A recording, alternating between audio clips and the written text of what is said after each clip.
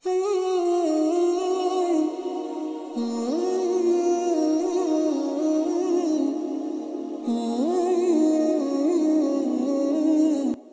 yang subscribe dilancarkan rezekinya, dan yang like, komen dimudahkan jalannya masuk surga. Bismillahirrahmanirrahim. Assalamualaikum warahmatullahi wabarakatuh. Syukur alhamdulillah, senang sekali rasanya kita bisa berjumpa lagi di channel ini. Shalawat dan salam selalu dan tetap tercurahkan kepada junjungan kita Nabi besar Muhammad Shallallahu Alaihi Wasallam.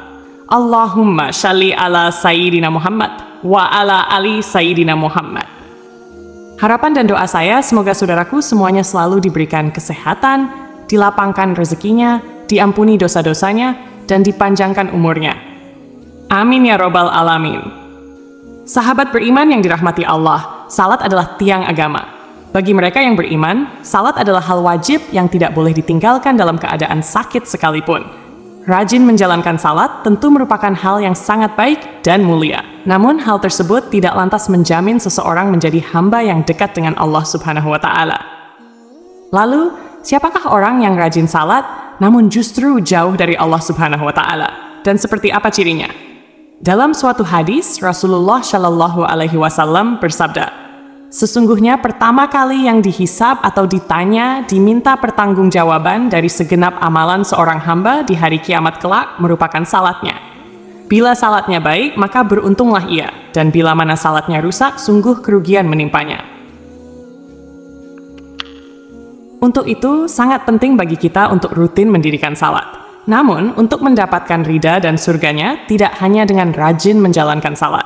Hal itu harus dilakukan dengan penuh kesadaran, tidak sebatas sebagai rutinitas harian, serta tetap dibarengi dengan menjaga akhlak serta hubungan sesama dengan manusia, agar tidak menjauhkan kita dari Allah Subhanahu wa Ta'ala, Sang Pencipta alam semesta.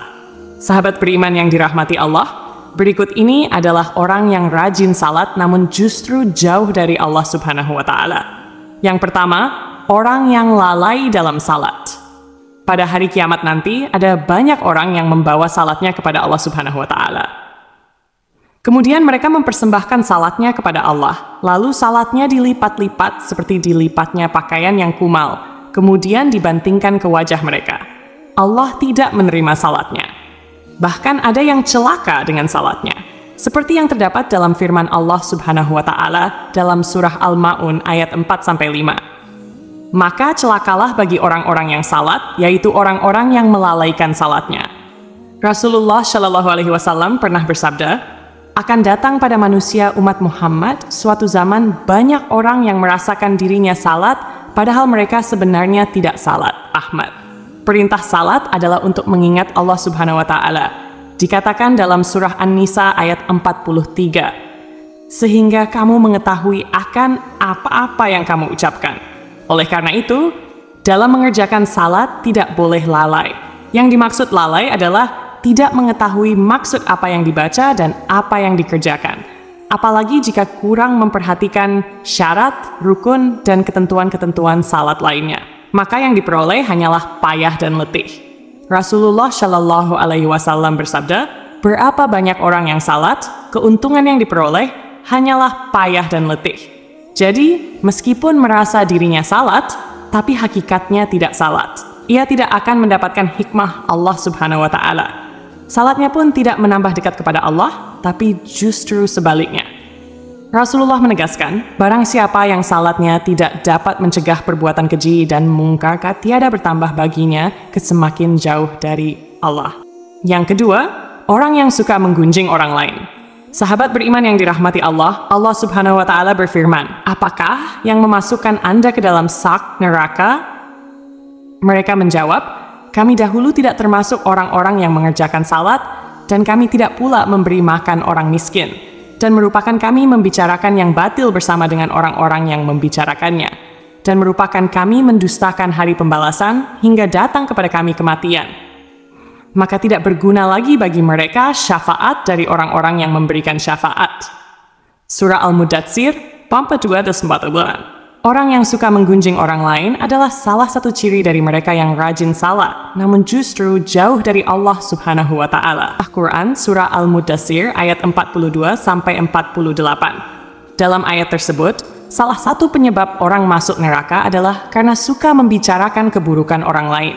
Orang yang mendirikan salat namun suka membicarakan kejelekan orang lain, maka ia akan ditempatkan di dalam neraka sakor.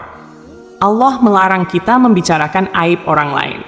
Allah Subhanahu wa Ta'ala berfirman, "Hai orang-orang yang beriman, jauhilah kebanyakan purbasangka, karena sebagian dari purbasangka itu dosa, dan janganlah mencari-cari kesalahan orang lain, dan janganlah menggunjingkan satu sama lain. Adakah seorang di antara kamu yang suka memakan daging saudaranya yang sudah mati? Maka tentulah kamu merasa jijik kepadanya, dan bertakwalah kepada Allah. Sesungguhnya Allah Maha Penerima Taubat lagi Maha Penyayang." Yang ketiga, orang yang acuh pada sesama. Allah Subhanahu wa Ta'ala berfirman, "Sesungguhnya aku hanya akan menerima salat orang-orang yang merendahkan dirinya karena kebesaranku, menahan dirinya dari hawa nafsu karena aku, yang mengisi sebagian waktu siangnya untuk berzikir kepadaku, yang melazimkan hatinya untuk takut kepadaku, yang tidak sombong terhadap makhlukku, yang memberikan makan kepada orang yang lapar, yang memberikan pakaian kepada orang yang telanjang, yang menyayangi orang yang terkena musibah, yang memberikan perlindungan kepada orang yang terasing. Kelak cahaya orang itu akan bersinar seperti cahaya matahari. Aku akan berikan cahaya ketika dia dalam kegelapan. Aku akan berikan ilmu ketika dia tidak tahu. Aku akan melindungi dia dengan kebesaranku. Aku akan memerintahkan seluruh malaikat untuk menjaganya. Kalau dia berdoa kepadaku, aku akan segera menjawabnya. Kalau dia meminta kepadaku, aku akan segera memenuhi permintaannya. Perumpamaannya di hadapanku seperti perumpamaan surga Firdaus." Dalam hadis lain, Rasulullah Shallallahu Alaihi Wasallam menyebutkan bahwa salah satu cara mendekatkan diri kepada Allah Subhanahu Wa Taala ialah bersifat dermawan dan senang membantu orang lain, terutama kepada orang yang sedang kesulitan. Rasulullah Shallallahu Alaihi Wasallam bersabda, "Orang yang dermawan dekat dengan Allah, dekat dengan manusia, dan dekat dengan surga. Sedangkan orang yang bakhil atau pelit, jauh dari Allah, jauh dari manusia, dan dekat dengan neraka." Orang dermawan, insya Allah akan menemukan kenikmatan di dalam salatnya.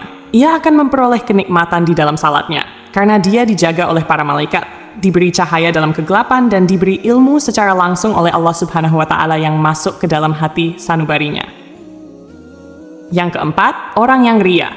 Sebab pertama yang ternyata mampu menjerumuskan seorang ahli ibadah tetap mendapatkan azab, bahkan menjadi penghuni neraka, adalah karena mereka ria. Hal tersebut terjadi apabila semua amal saleh yang dilakukan selama di dunia itu bukan untuk mencari ridha Allah, melainkan dilakukan karena ingin pamer dan mengharap pujian dari manusia. Allah Subhanahu wa Ta'ala berfirman, "Sesungguhnya orang-orang munafik itu menipu Allah, dan Allah akan membalas tipuan mereka. Apabila mereka berdiri untuk salat, mereka berdiri dengan malas. Mereka bermaksud ria di hadapan manusia, dan tidaklah mereka menyebut Allah kecuali sedikit sekali." Quran An-Nisa ayat 142. Oleh karena itu, sahabat beriman, sebaik-baiknya amalan adalah amalan yang dilakukan ikhlas dan murni lillahi ta'ala, hanya demi Allah. Cukuplah kita berharap pada ridha dan balasannya atas apa yang telah kita lakukan, karena Allah Subhanahu wa Ta'ala adalah seadil-adilnya pemberi balasan. Menjaga hati dan niat merupakan hal yang harus kita jaga dalam melakukan apapun, agar semua amalan tersebut tidak berujung sebagai cambuk bagi kita yang membuat kita menjadi ria kepada sesama. Yang kelima, orang yang suka berdusta. Berdusta merupakan salah satu dosa besar dan diancam siksa pedih di akhirat kelak. Di zaman seperti ini, kebohongan tampaknya sudah menjadi suatu kebiasaan di kalangan masyarakat. Padahal, sekecil apapun suatu kebohongan akan tetap dianggap sebagai dosa besar, meskipun ada seseorang yang rajin salat dan melakukan ibadah lainnya. Beribadah, namun jika lisannya suka berbohong, maka salat dan ibadahnya akan sia-sia semata, karena kebohongan itu akan menghapus amal-amalannya. Jika ia mati dalam keadaan tidak bertaubat kepada Allah, maka dia akan dimasukkan ke dalam neraka. Allah Subhanahu wa Ta'ala berfirman, "Sesungguhnya yang mengada-adakan kebohongan hanyalah orang-orang yang tidak beriman kepada ayat-ayat Allah, dan mereka itulah orang-orang pendusta." Surah An-Nahl ayat 60. Berbohong menunjukkan salah satu ciri dari golongan orang-orang yang munafik. Untuk itulah mengapa kita sebagai umat Islam wajib menjauhi yang namanya tindakan dusta karena itu dapat menyesatkan kita baik di dunia maupun di akhirat. Semoga kita termasuk golongan orang-orang yang rajin sholat dan dekat dengan Allah Subhanahu wa Ta'ala, sehingga kita mendapatkan ridha serta menetap dalam surganya kelak. Amin ya Rabbal Alamin. Wallahu a'lam bishawab. Demikian yang bisa saya bagikan. Semoga bermanfaat untuk kita semua. Assalamualaikum warahmatullahi wabarakatuh.